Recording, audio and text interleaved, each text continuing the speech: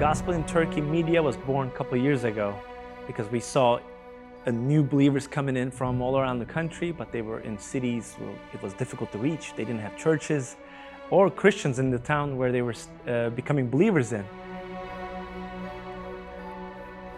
People who grow up in this culture, in this country, they learn a lot of like misinformation about Christianity. So we decided to make content that would reach them, especially discipleship content. As they come to faith, some of them were believers for years before they had met a Turkish Christian. We wanted to give them a chance to grow, engage Christianity, engage the gospel at a deeper level after they become believers. But how we become Christian? That's because God really wants to open our eyes. That reason, when say how a person can become a Christian, first his eyes needs to be opened. Because many times closing their eyes to other kinds of teachings and just following the society is the easy thing. Imagine they lived as Muslim for 40 years, 50 years. There's a lot of not truths in there that needs to be taught over and retaught. So through our content, that's what we have seen. We have seen believers grow in their faith and become closer to Jesus. When people come to church and hear about Christianity, you can understand exactly what Paul is talking about, 2,000 years ago when he was preaching to the Romans and Corinthians. And it's the same thing in Turkey too.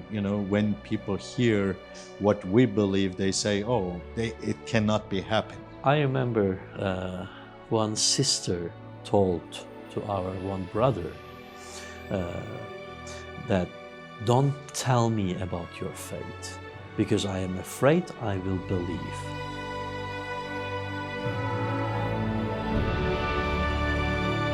But now we are slowly being outnumbered by new believers.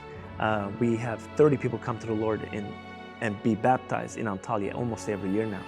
That's like bigger than a Turkish church every year being baptized almost.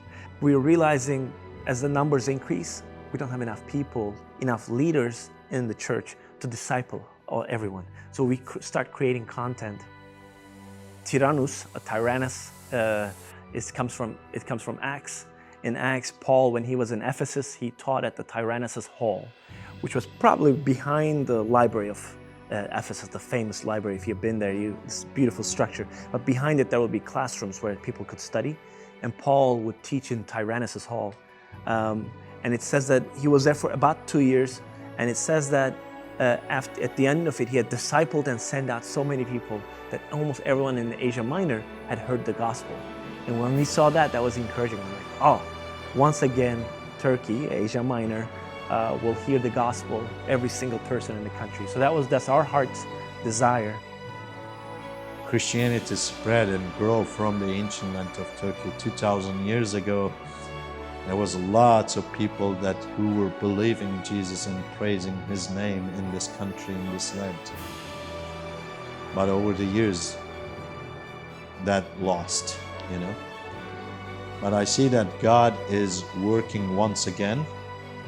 But instead of Paul and Barnabas now, He is using Ramazan, Ahmet, Abdullah, Emrullah, and the people who were Muslim before. And I believe that what God did 2,000 years ago, and He will do it once again. We want to disciple many people as we can. We just thought we would share it and people will just oppose it or make comments. That might be discouraging. But what we have seen is every time we share something, somebody reaches out and says, hey, I just became a believer. Or I've been a believer for years, but I never met a Turkish Christian before, and I haven't been baptized. Can you teach me? That's what my desire is, to see that God's name will glorify in this land once again.